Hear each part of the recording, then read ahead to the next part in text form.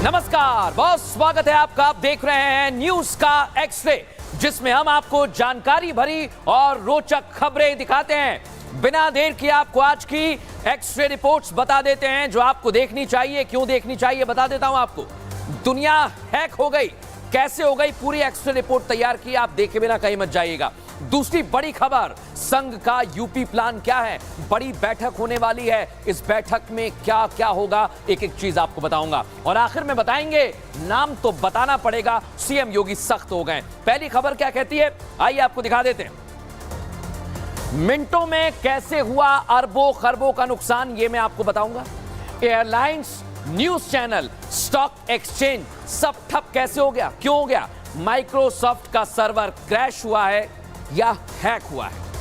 क्यों ऐसी बातें कह रहे हैं हम दर्शकों? क्योंकि जब इस तरह से दुनिया भर में डिजिटल संकट आता है तो कई सवाल खड़े होते हैं। लेकिन आज हुआ क्या दर्शकों? आज दुनिया ठहर सी गई, आज सब कुछ थम सा गया। जो जहां था वो वहीं रुक गया। एयरपोर्ट पर यात्री घंटों फ्लाइट के उड़ान भरने की राह ताकते रहे। कॉर्पोरेट कर्मचारी, जो आप में से कई लोग हैं जो मुझे देख रहे हैं, इसी इंतजार में बैठे रहे कि उनका कंप्यूटर लॉगिन होगा तो कब होगा, अगर होगा तो वो कुछ काम अपना कर पाएंगे। रेडियो पर जो लोग समाचार बड़े इत्मीनान से सुन रहे थे, वहां अचानक सन्नाटा सा छा गया। इस बीच लंदन स्टॉक एक्सचेंज भी धड़ाम से नीचे गिर गया।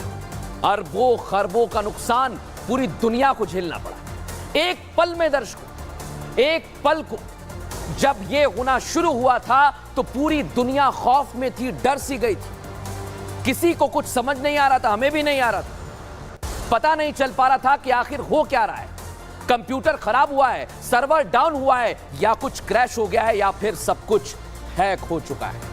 क्योंकि किस तरह से समस्या का समाधान निकाला जाए, इससे बाहर आया जाए, सब सोचने लगे। जिसके साथ ये बीत रहा था वो ये सोच में पड़ गया था कि उसके साथ अकेले ही ये सब कुछ हो रहा है या फिर उसके जैसे कोई और भी लोग हैं। लेकिन असलियत भी यही थी कि पूरी दुनिया में ठहराव सा छा चुका था। जब इस बात का खुलासा हुआ तो पता यह चला दर्शकों कि हम तकनीक पर कितने निर्भर हो चुके हैं। सोचिए आप जरा थोड़ी देर के लिए, जिस तकनीक को इंसान ने अपनी सहूलियत के लिए बनाया था, वो तकनीक आज उस पर हावी हो गई। क्या आप पर भी हावी हो गई? सोचिए जरा। और मैं ये सब क्यों कह रहा हूं, क्यों आखिर दुनिया एकाएक ठप हो गई, ये सबसे बड़ा सवाल बना हुआ। लेकिन आज हमने रिपोर्ट तैयार की है। दुनिया क्रैश हुई है, हैक हुई है, आगे बताएंगे। पहले देखिए रिपोर्ट। रोजाना की तरह सूर्य उदय को समय अपनी रफ्तार से आगे बढ़ता रहा। ये दिन भी आम दिनों की तरह ही था, कुछ बहुत अलग या खास नहीं था। लोग अपने दफ्तर के लिए निकल चुके थे, कोई फ्लाइट बोर्ड करने के लिए एयरपोर्ट पर पहुंचा हुआ था। घड़ी की सुई में वक्त हो रहा था लगभग 12 साढ़े 12 का। तभी अचानक सबकी स्क्रीन नीली और लाल हो जाती है, कंप्यूटर काम करना बंद कर देता है। एयरपोर्ट पर मुसाफिरों को अपनी फ्लाइट की डिटेल डिस्प्ले बोर्ड पर नहीं दिखती है। तभी माइक्रोसॉफ्ट बताता है कि उसका क्लाउड सर्वर डाउन हो गया है। यही वो कारण था जिसकी वजह से ये डिजिटल दुनिया पूरी तरह से मैनुअल हो गई थी। लोगों को एयरपोर्ट पर मैनुअल चेक इन कराया गया।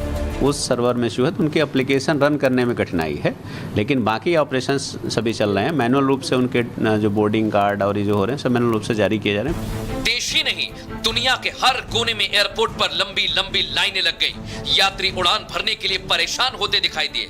लखनऊ हो या सैन फ्रांसिस्को, लंदन हो या दिल्ली, हर एयरपोर्ट पर तस्वीरें एक जैसी ही दिखाई दी। यहाँ पे जो टिकट के जो वेंडिंग मशीन थे वो काम करते हुए नजर नहीं आ रहे। लोग परेशान होकर के वो अंदर जा रहे हैं और साथ ही लोगों को मालूम ही नहीं चल पा रहा हो क्या रहा है। विदेश के न्यूज चैनल्स का हाल कुछ ऐसा रहा। ब्रिटेन का जाना माना न्यूज चैनल स्काई न्यूज भी इसी कारण प्रभावित हुआ और उसका प्रसारण बंद हो गया। तो देखा आपने किस तरह से दुनिया थम गई थी। लेकिन मैं आपको बताऊंगा अब क्या हुआ था और इसका कारण क्या था। माइक्रोसॉफ्ट ने क्या कहा है, हमारी केस स्टडी हमारी टीम ने तैयार किया, दिखाते हैं आपको। केस 1 क्या कहता है, दुनिया की सबसे बड़ी तकनीकी खामी बताई जा रही है दर्शकों। बैंक, मीडिया, हवाई अड्डे, रेलवे, एयरलाइंस का काम प्रभावित हुआ। यूएस के कई राज्यों में पुलिस हेल्पलाइन नंबर पर भी असर पड़ा। ऑस्ट्रेलिया और यूके में पेमेंट सिस्टम प्रभावित हुआ है। ऑस्ट्रेलियाई सरकार ने आपात बैठक बुला ली। British news channel Sky News का आपने नाम सुना होगा, वो ऑफ एयर हो गया। भारत में कई एयरपोर्ट्स पर चेक इन सेवाओं में दिक्कत आई, प्रभावित हुआ। कई एयरलाइंस ने ट्रैवल एडवाइजरी तक जारी कर दी दर्शकों। और आज दुनिया भर में 1,10,000 कमर्शियल फ्लाइट शेड्यूल थी। लेकिन क्या हुआ, कई देशों में दोपहर 3:30 बजे तक करीब 1400 फ्लाइट कैंसिल हो गई। दुनिया भर में 3,000 विमानों ने देरी से उड़ान भरी। लंदन में तेल और गैस ट्रेडिंग डेस्क के व्यापार पर असर देखा गया। लंदन स्टॉक एक्सचेंज में सबसे ज्यादा दिक्कत आई और भारतीय स्टॉक मार्केट पर भी तकनीकी खराबी का असर दिखा। निफ्टी 269 अंक गिर गया। सेंसेक्स 740 अंक टूट गया। लेकिन इसकी वजह क्या है आपको बता रहा हूं। केस 2 ध्यान से सुन लीजिए, आवाज तेज कर लीजिए, क्योंकि क्राउड स्ट्राइक और माइक्रोसॉफ्ट ने एक बयान जारी किया है। समस्या की जानकारी होने के बारे में बताया। समस्या एंटीवायरस क्राउड स्ट्राइक के अपडेट के बाद आई है। माइक्रोसॉफ्ट क्लाउड आउटेज एरर से सब कुछ ठप हो गया। दर्शकों क्या कहा, हम यूजर्स की क्षमता पर असर डाल रही समस्या को देख रहे हैं। पूरी टीम समस्या को सुधारने की कोशिश कर रही है और इस बग ने लोगों के पर्सनल कंप्यूटर को प्रभावित किया है। आप भी हुए हैं। यूजर्स को अपने लैपटॉप पर नीली स्क्रीन दिखाई देने लगी, जो मैं आपको दिखा रहा हूं साइड में। नीली स्क्रीन दिखाई देने लगी, घबरा गए कुछ देर के लिए। लेकिन हमने साइबर एक्सपर्ट से दर्शकों बात की है, वो इस मसले को लेकर क्या कह रहे हैं, सुनिए जरा। ये एक बड़ी साइबर सिक्योरिटी कंपनी है और ये जो सुविधा माइक्रोसॉफ्ट को भी देती है। तो माइक्रोसॉफ्ट भी इसका फैल्कन सेंसर यूज करता था। फैल्कन सेंसर वो है जो आपको साइबर सिक्योरिटी की सर्विसेज मुहैया कराने के लिए, जो क्लाउड स्ट्राइक की है, उसके लिए आप अपने कंप्यूटर में, आपके लैपटॉप में यूज करते हो और माइक्रोसॉफ्ट जैसी बड़ी कंपनी भी उसे यूज करती है। फैल्कन में प्रॉब्लम आने से माइक्रोसॉफ्ट में प्रॉब्लम आया। माइक्रोसॉफ्ट आप अगर यूज करते हो, आपकी कंपनी यूज करती है, आपका बैंक यूज करती है या स्टॉक मार्केट यूज करता है, तो सबको ये प्रॉब्लम आ रहा था। उनके गलत कॉन्फ़िगरेशन से, उनके अपने सॉफ्टवेयर को अपडेट नहीं करने से ये एक बड़ा संकट पूरे दुनिया में आया हुआ है। दर्शकों मैं ये बात जानता हूं कि अब आपके जहन में ये सवाल उठ रहा होगा कि दुनिया की कौन कौन सी जगह, कौन कौन से देश हैं जो माइक्रोसॉफ्ट का सर्वर डाउन होने से सबसे ज्यादा प्रभावित हुए। किन देशों पर सबसे ज्यादा असर हुआ तकनीकी खराबी का। दुनिया में वो कौन कौन से कोने हैं जहां लोग घंटों तक परेशान हुए। सबसे बड़ा सवाल यहां पर एक और है कि इन लोगों में आपके अपने भी हो सकते हैं। उनसे जुड़ा अपडेट मैं आपको दे देता हूं। अमेरिका ठप हो गया, ब्रिटेन ठप हो गया, सिंगापुर, ये वो देश है जहां सेवाएं सबसे ज्यादा प्रभावित हुई और हालात इस कदर बिगड़े हुए थे कि अमेरिकन एयरलाइंस, डेल्टा और यूनाइटेड एयरलाइंस ने अपनी सभी उड़ानों को रोक दिया। माइक्रोसॉफ्ट का सर्वर क्रैश होने से प्रभावित देशों की लिस्ट इतनी नहीं है। फ्रांस, ऑस्ट्रेलिया, न्यूजीलैंड भी इसमें शामिल है, जहां एयरपोर्ट पर सबसे ज्यादा लोग परेशान हुए। दिक्कतों को सुलझाने के लिए कंपनियों ने यात्रियों के अपडेट के लिए एक्स का सहारा लिया। दर्शकों लेकिन बड़ी बात क्या है, इसको लेकर अब अलग अलग तरह की धारणाएं बन रही हैं और मैंने कहा था ये क्रैश है या हैक है, इसके सारे फैक्ट्स आपको बताएंगे इस रिपोर्ट में।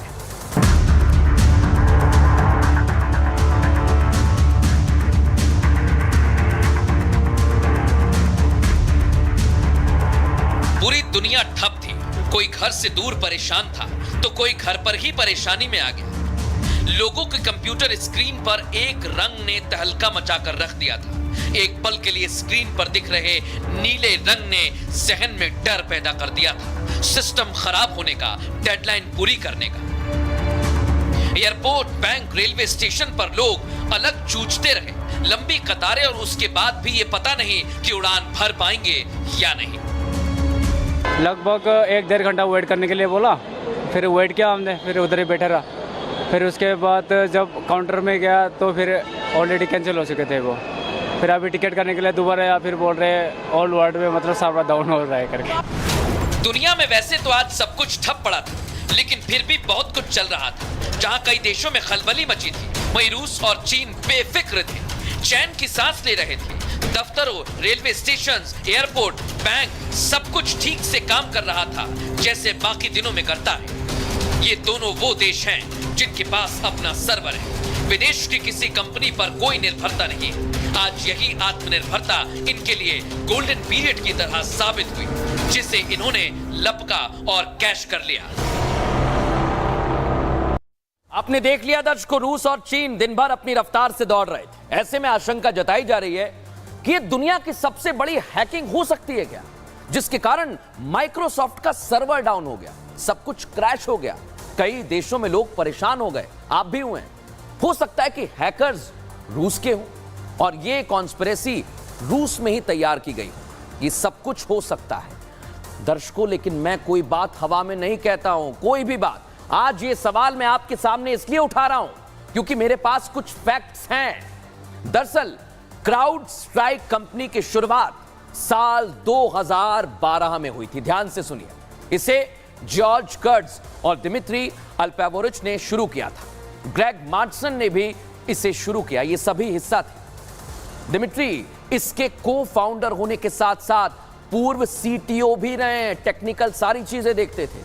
उनका परिवार 1994 में रूस से अमेरिका शिफ्ट हो गया और दिमित्री इसी कंपनी से फरवरी 2020 में अलग हो गए थे। उन्होंने रूस यूक्रेन युद्ध को लेकर भी कुछ अनुमान लगाए थे, जिसके बाद क्या हुआ, रूस ने उन पर अपने देश में आने पर बैन लगाया हुआ है।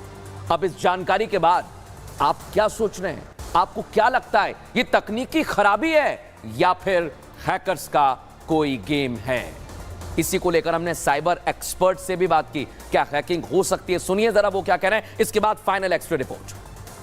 दुनिया भर को ये प्रभावित कर रहा है, भारत इसमें अकेला नहीं है। लेकिन हाँ, अगर मैं भारत के दृष्टिकोण से देखूं तो भारत में हर वो सेक्टर जो डिजिटल फॉर्मेट, जो कंप्यूटर सिस्टम्स या कंप्यूटर नेटवर्क्स का इस्तेमाल करता है, वो इस तरह के प्रकरण से इम्पैक्टेड है। ये ना केवल साइबर सुरक्षा में सेंध का एक प्रकरण है, ये कहीं ना कहीं साइबर टेरर के साथ भी इसके तार जुड़े हो सकते हैं और इस तमाम सारे मामले को तफ्तीश करने की आवश्यकता है।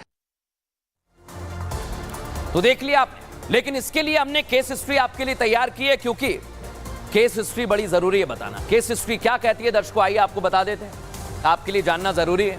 दिखाइए जरा। 2017 में दुनिया के 74 देशों पर रैंसमवेयर वायरस ने अटैक कर दिया था, साइबर हमला हुआ।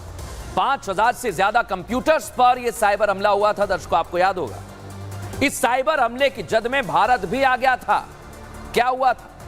आंध्र प्रदेश पुलिस के करीब 100 सिस्टम प्रभावित हो गए थे। सोचिए आप, विंडोज ऑपरेटिंग सिस्टम इस्तेमाल करने वाले कंप्यूटर्स प्रभावित हुए। बड़े साइबर हमले ने ब्रिटेन के हेल्थ सिस्टम पर असर डाला था। सोच लीजिए, अमेरिकी अंतर्राष्ट्रीय कुरियर सर्विस फेडेक्स इससे प्रभावित हुई थी दर्शकों। रैंसमवेयर वायरस स्पैम ईमेल के जरिए कंप्यूटर में पहुंचा था। क्या हुआ? कंप्यूटर करप्ट होने के बाद $300 से $600 की फिरौती मांगी हैकर्स ने। सिस्टम दुरुस्त करने और एक्सेस लेने के लिए यह फिरौती मांगी गई, लेकिन बिटकॉइन की मांग करने वाले स्क्रीनशॉट्स भी शेयर किए गए थे। यह केस हिस्ट्री बताती है। लेकिन अब वक्त हो गया टेस्ट रिपोर्ट का, क्योंकि हाल ही में कुछ ऐसा हुआ है दर्शकों जो आपको हैरान कर देगा, चौंका देगा। क्योंकि हमने आपके लिए ऐसी टेस्ट रिपोर्ट तैयार की है जो आपको सावधान करेगी। क्या कहती है दिखाता हूं। भारतीय क्रिप्टो एक्सचेंज वजीर एक्स की सुरक्षा में चूक हुई। देश के सबसे बड़े क्रिप्टो प्लेटफॉर्म में से एक है वजीर एक्स, और वजीर एक्स क्रिप्टो वॉलेट को कल सुरक्षा चूक झेलनी पड़ी। क्या हुआ? प्लेटफॉर्म से 1923 करोड़ रुपए निकाल लिए गए। निवेशकों की संपत्ति की सुरक्षा के लिए कंपनी ने फैसला लिया। क्या लिया? कंपनी ने अस्थायी रूप से पैसे की निकासी पर रोक लगा दी। सोचिए आप, क्रिप्टो कॉइन को दूसरे एक्सचेंज पर बेचने का भी पता चला है। कैसे ये हैकर्स काम करते हैं समझ लीजिए। लेकिन इसके लिए देश के प्रधानमंत्री नरेंद्र मोदी ने भी बड़ी बातें कही हैं। क्या कही हैं दिखा रहा हूं आपको हमारी फाइनल रिपोर्ट में। फाइनल रिपोर्ट क्या कहती है दिखाते हैं आपको। फाइनल रिपोर्ट बता रही है, साइबर हमलों से मोदी सरकार चिंता में आ गई है दर्शकों। देश के सरकारी संस्थानों पर साइबर अटैक से चिंतित हैं। पीएम ने हाल ही में अफसरों को साइबर सुरक्षा को लेकर सलाह दी थी। क्या दी? घर जाते समय सिस्टम लॉग आउट करें, इस बात का ध्यान रखें, आप भी रखिए। खुले सिस्टम पर साइबर हमले का खतरा ज्यादा होता है। इतना ही नहीं, पीएम मोदी ने बिल गेट्स से मीटिंग के बारे में भी बताया था। और बड़ी बात क्या, दोनों के बीच साइबर सिक्योरिटी के मुद्दे पर चर्चा हुई। माइक्रोसॉफ्ट के साथ ही ये हुआ है। दोनों के बीच साइबर सिक्योरिटी के मुद्दे को लेकर लंबी चर्चा हुई थी और अब इस पर बातचीत करने की अहमियत समझ में आ रही है, क्योंकि दुनिया में जो हुआ है वो वाकई चौंकाने वाला है। लेकिन अब आप लोग कैसे परेशान हो गए थे, आपको भी सुनना चाहिए। कई लोगों से हमने बात की है, सुनिए जरा। रहती है उन लोगों का भी बहुत, मतलब सब कुछ बहुत क्राउडेड हो गया था, पैसेंजर्स बहुत परेशान हो गए थे। गेट नंबर हमें सबको मैनुअल लिखने पड़े, जिनके गेट नंबर चेंज हो गए थे उन लोगों को पता नहीं था कैसे कहाँ जाना है, क्या करना है। टिकट नहीं मिल रहा है, बोल रहा है कि सर्वर डाउन है, परेशान है हम लोग। बच्चे लोग को बंगलौर के लिए है। फ्लाइट डिले हुई है, 1 घंटा डिले हुई है। कारण मुझे नहीं मालूम, मैंने पूछा, उन्होंने मुझे बताया नहीं। बट अभी जैसे पता चला है कि सर्वर डाउन होने की वजह से चेक इन चेकआउट का इशू पड़ रहा है। So it is quite unfortunate कि ऐसा सिचुएशन आ रहा है। अब दूसरी खबर का रुख करेंगे और यह खबर आपको देखनी चाहिए। उत्तर प्रदेश की सियासत से जुड़ी हुई खबर आपको बताऊंगा। आइए दिखाते हैं संघ की बैठक में क्या होगा, 21-22 जुलाई को क्या होने वाला है ये बता रहे हैं। बीजेपी नेताओं में कैसे समन्वय बैठाया जाएगा और योगी केशव से बंद कमरे में क्या बात होगी, ये सवाल सबके जहन में कौंध रहा है। लेकिन आप सोचिए, उत्तर प्रदेश की राजनीति में चल क्या रहा है, उत्तर प्रदेश में हो क्या रहा है, सारी चीजें आपके लिए लेकर आए। क्योंकि लोकसभा चुनावों में उत्तर प्रदेश से बीजेपी को माकूल नतीजे नहीं मिले, जिसके बाद से पार्टी में आंतरिक मनमुटाव की खबरें बाहर आई। हार की वजहों पर मंथन के दौर भी चले। दर्शकों दिखा रहा हूं आपको। कार्य समिति की बैठक हुई, कार्यकर्ताओं का मनोबल बढ़ाया गया। कार्यकारी राष्ट्रीय अध्यक्ष जेपी नड्डा खुद लखनऊ पहुंचे थे। सीएम योगी ने कार्यकर्ताओं में जोश भरा, लेकिन डिप्टी सीएम केशव प्रसाद मौर्य के एक बयान ने आंतरिक मतभेद की खबरों को हवा दी। डिप्टी सीएम ने कहा कि संगठन सरकार से बड़ा होता है, बड़ा है और हमेशा बड़ा रहेगा। मैं उप मुख्यमंत्री के बाद आपको बता रहा हूं। उन्होंने कहा कि मैं उप मुख्यमंत्री बाद में हूं, पहले भाजपा का कार्यकर्ता हूं। पहले ऐसा बयान और बाद में दिल्ली में केशव प्रसाद मौर्य और जेपी नड्डा की मुलाकात से कयासों का बाजार गर्म हो गया। हालांकि बीजेपी की तरफ से दावा किया गया है कि इस मुलाकात में उपचुनाव की रणनीति पर चर्चा हुई, लेकिन अब एक बार फिर उत्तर प्रदेश की सियासी हलचल तेज हो गई है, क्योंकि खबर है कि सरकार और संगठन में जो खींचतान चल रही है उस पर ब्रेक लगाने के लिए आरएसएस ने मोर्चा संभाल लिया है। और आरएसएस के सह सरकार्यवाह अरुण कुमार 2 दिन के लिए लखनऊ पहुंच रहे हैं। 20 और 21 तारीख पार्टी में चल रही तनातनी पर चर्चा करेंगे। उम्मीद तो यह भी है कि संघ इस मसले पर सकारात्मक हल निकाल ही लेगा। सोचिए आप। लेकिन हम आपको केस बताएंगे इसका, उसके पहले देखिए ये रिपोर्ट कब बैठक है, देखिए। उत्तर प्रदेश में अगले कुछ ही दिनों में विधानसभा के लिए उपचुनाव होने वाले हैं। इस उपचुनाव में बेहतर प्रदर्शन करना बीजेपी का लक्ष्य और जरूरत दोनों ही है। लोकसभा चुनाव में खराब प्रदर्शन के चलते जहां कार्यकर्ताओं का मनोबल गिरा है, वहीं सीएम और डिप्टी सीएम के बीच मनमुटाव की खबरें बीजेपी के लिए चिंता का विषय बन गई। उत्तर प्रदेश में बीजेपी की सियासी जमीन को मजबूत करने के लिए आरएसएस फ्रंट फुट पर आ गई है। संघ की तरफ से अरुण कुमार लखनऊ पहुंच रहे हैं। संघ के सह सरकार्यवाह तमाम मुद्दों का हल निकालने का प्रयास करेंगे। राष्ट्रीय स्वयंसेवक संघ भाजपा संगठन और सरकार के बीच बढ़ी हुई हलचल को शांत करने की कोशिश करेगा। इसे लेकर 20 और 21 जुलाई को बड़ी बैठक आयोजित की गई है। इसमें भारतीय जनता पार्टी के शीर्ष नेताओं को मौजूद रहने के लिए कहा गया है। संघ की तरफ से निर्देश जारी कर उत्तर प्रदेश बीजेपी के टॉप 5 नेताओं को लखनऊ में रहने के लिए कहा गया है। मठ और आरएसएस की नजदीकी पिछले कई सालों से बरकरार है। लोकसभा चुनाव के बाद भी सर संघ चालक मोहन भागवत खुद सीएम योगी से मिलने गोरखपुर पहुंचे थे। वही बात केशव प्रसाद मौर्य की करे तो सालों से आरएसएस और विश्व हिंदू परिषद से जुड़े रहे हैं और संगठन में अहम जिम्मेदारियां निभा चुके हैं। ऐसे में अब माना यह जा रहा है आरएसएस इस मामले में कोई बीच का रास्ता निकाल सकता है। हो सकता है कि उपचुनाव को देखते हुए केशव प्रसाद मौर्य को कोई और बड़ी जिम्मेदारी सौंपी जाए। तो देखा आपने दर्शकों, लेकिन मैं आपको बताऊंगा बैठक में कौन कौन पहुंचेगा, क्या क्या होगा, ये सारी चीजें मैं आपको बता रहा हूं। क्या होने वाला है, केस हमारे सामने। 20 और 21 जुलाई को लखनऊ में एक अहम बैठक होनी है संघ की। सह सरकार्यवाह अरुण कुमार बैठक की अध्यक्षता करेंगे। दर्शकों, बैठक में मुख्यमंत्री योगी आदित्यनाथ शामिल होंगे और इस बैठक में दोनों डिप्टी सीएम मौजूद रहेंगे। बैठक में प्रदेश अध्यक्ष भूपेंद्र चौधरी भी शामिल होंगे। सभी नेताओं को लखनऊ में रहने का सख्त निर्देश दिया है। डिप्टी सीएम केशव प्रसाद मौर्य का प्रयागराज का दौरा भी रद्द कर दिया गया है दर्शकों। लेकिन क्या होगा इस बैठक में, केस 2 आपके सामने रखता हूं, क्योंकि पार्टी में फैले असंतोष पर चर्चा होगी, आपसी मतभेद को दूर करने की कोशिश की जाएगी, लोकसभा चुनाव में हार की वजह पर मंथन होगा, विधानसभा चुनाव के लिए रणनीति बनाई जाएगी और चुनाव के लिए भी बड़ी और अहम जिम्मेदारी दी जा सकती है। कार्यकर्ताओं का मनोबल बढ़ाने के लिए भी संघ पूरी रणनीति बनाएगा, यह हमारे पास खबर आई। लेकिन बड़ी बात है, हमने इसके लिए संघ और वरिष्ठ पत्रकार दोनों से बातचीत की, वो क्या कह रहे हैं सुनिए जरा। जब भी भारतीय जनता पार्टी क्राइसिस में आती है, इस देश में विरोधियों का भी ध्यान, समर्थकों को तो छोड़ दीजिए, विरोधियों का भी ध्यान हमेशा संघ की ओर जाता है। संघ पर जिन लोगों ने अध्ययन किया है, जो संघ के विरोधी हैं, जो संघ के बारे में बिना जाने आक्षेप लगाते रहते हैं, उनकी बात छोड़ दीजिए, लेकिन जिन लोगों ने निष्पक्ष होकर गहराई से संघ का अध्ययन किया है, उनका निष्कर्ष यही है कि संघ हमेशा परस्पर विश्वास, सामूहिकता और संवाद के आधार पर काम करता है। बीजेपी की और संघ की कार्यशैली कुछ अलग है, जो बाकी राजनीतिक दलों के अनुरूप नहीं है। बाकी राजनीतिक दल उसका अंदाजा भी नहीं लगा सकते। परिवारवादी पार्टियां हैं, और मतलब जो कांग्रेस अपने आप को कहती है परिवारवादी, अल्टीमेटली तो वो भी एक परिवार ही चला रहा है। तो उन लोगों को किसी भी राजनीतिक दल के अपने जो उनका सोचने का तरीका है उससे बाहर सोच ही नहीं पाते। इसलिए जैसा घमासान वहाँ होता है, जैसी वहाँ पे महत्वाकांक्षा होती है, ठीक उसी आधार पर सोचते हैं कि वैसे ही दूसरी राजनीतिक दलों में भी होगा। और इसलिए बीजेपी के बारे में इस तरीके की वक्तव्य देना। तो वरिष्ठ पत्रकार अवधेश कुमार को आपने सुना, ब्रिजेश अवस्थी को सुना, लेकिन अब वक्त हो गया है उत्तर प्रदेश में चल रही एक और हलचल का पता लगाने का। क्या वो हलचल है, आइए आपको दिखाते हैं। क्योंकि उत्तर प्रदेश में कांवड़ यात्रा शुरू होने वाली है।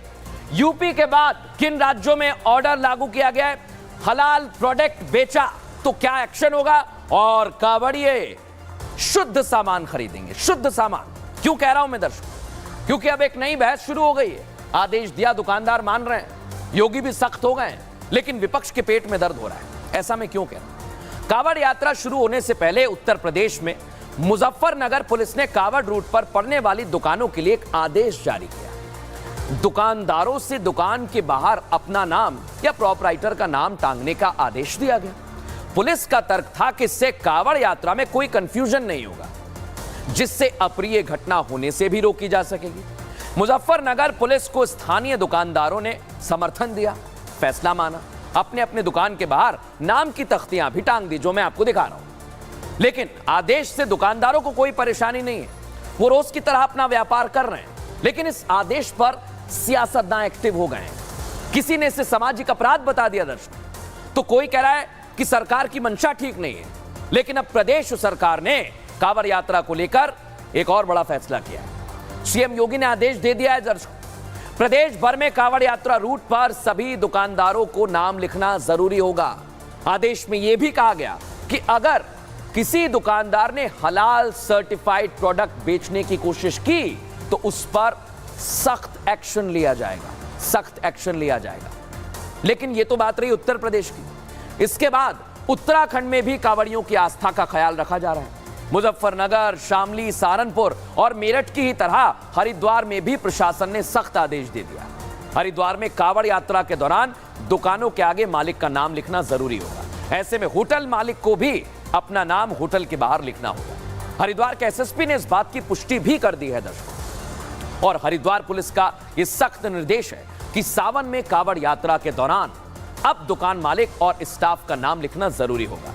इसी आधार पर दुकानदारों का वेरिफिकेशन भी होगा। सावधान रहिएगा आप। जिन भी दुकानों या होटल के मालिक या प्रोपराइटर का नाम वहां पर नहीं होगा, उन पर एक्शन भी होगा। हरिद्वार पुलिस ने तो इस मामले में चेकिंग अभियान भी चलाया है। यात्रा और यात्रियों की सुरक्षा के इंतजाम को लेकर पुलिस भी मुस्तैदी के साथ जुटी हुई है दर्शकों। लेकिन अब क्या कह रहे हैं एसएसपी, सुनवाता हूं आपको, सुनिए जरा ध्यान से। कांवड़ के तैयारियों के परिप्रेक्ष्य में हमारे सभी एसपी सिटी, एसपी ग्रामीण, सभी सर्कल अफसरों को यह निर्देशित किया गया है कि जितनी भी हमारे कांवड़ मार्ग में होटल्स हैं, ढाबे हैं, रेस्टोरेंट्स हैं, या जो रेडी ठेली लगी हैं उनके जो प्रोप्राइटर्स हैं उनका नाम और जो उनका QR कोड्स में जो नाम है वो बिल्कुल उसको मेंशन करेंगे, उसको लगाया जाएगा। और अगर ऐसा कोई नहीं पाया जाता तो उसके खिलाफ हम कार्रवाई भी करेंगे। तो सुन लिया आपने दर्शकों, लेकिन इस मसले पर कैसे सियासत हो रही है उत्तर प्रदेश से लेकर उत्तराखंड तक, इस रिपोर्ट में आपको दिखाता हूं। भारत पर्व और त्योहारों का देश है। यहाँ की विविधता ही इस देश की खूबसूरती है। देश में मुस्लिम समुदाय ने मुहर्रम मनाया और अब सावन में हिंदुओं का महापर्व शुरू होने जा रहा है। भोलेनाथ के भक्त कांवड़ यात्रा पर निकलने वाले हैं। कांवड़ यात्रा के लिए प्रशासन ने पहले से ही रूट तय कर लिया है। कांवड़ियों के लिए विशेष नियम बनाए गए हैं। साथ ही कांवड़ रूट पर लॉ एंड ऑर्डर को बरकरार रखने के लिए दुकानों के लिए भी विशेष निर्देश जारी कर दिए। लेकिन ये निर्देश सियासतदानों को रास नहीं आ रहे।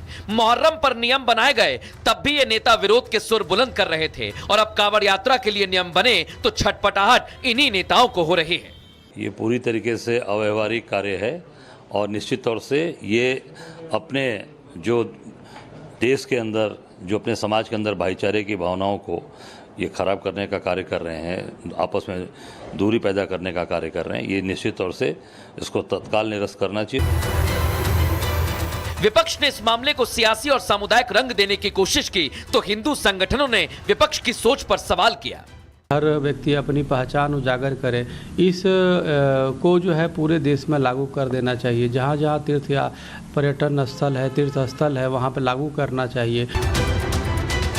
विपक्ष जो भी आरोप लगाए, लेकिन सरकार का कहना है नियम के तहत ही त्योहार मनाए जाएंगे जिससे प्रदेश की शांति व्यवस्था कायम रखी जा सके। तो आपको बता देते हैं इस मामले को लेकर किस तरह के आदेश दिए जा रहे हैं दर्शकों, कैसा रूट रहेगा। आइए आपको यह भी जानकारी दे देते हैं। हरिद्वार से जल लेकर मुजफ्फरनगर में प्रवेश किया जाएगा। यह रूट लगभग होगा 240 किलोमीटर का। हरिद्वार से जल लेकर बागपत में प्रवेश किया जाएगा। हरिद्वार से जल भरकर 152 किलोमीटर की यात्रा करनी होगी और हरिद्वार से जल भरकर अगर मेरठ में आते हैं तो मेरठ की यात्रा होगी 139 किलोमीटर की। यह तो रूट हो गया। केस 2 क्या कहता है? कई मुस्लिम देशों में हलाल सर्टिफिकेशन जरूरी है दर्शकों। सर्टिफिकेट गारंटी है कि प्रोडक्ट मुसलमानों के लिए इस्तेमाल में लिया जा सकता है। संबंधित प्रोडक्ट को मुसलमानों के हिसाब से बनाया गया। प्रोडक्ट में किसी तरह की मिलावट नहीं है। जानवर या उसके बाय प्रोडक्ट का भी इस्तेमाल नहीं है। ये होता है वेज और नॉन वेज दोनों प्रोडक्ट पर लगता है।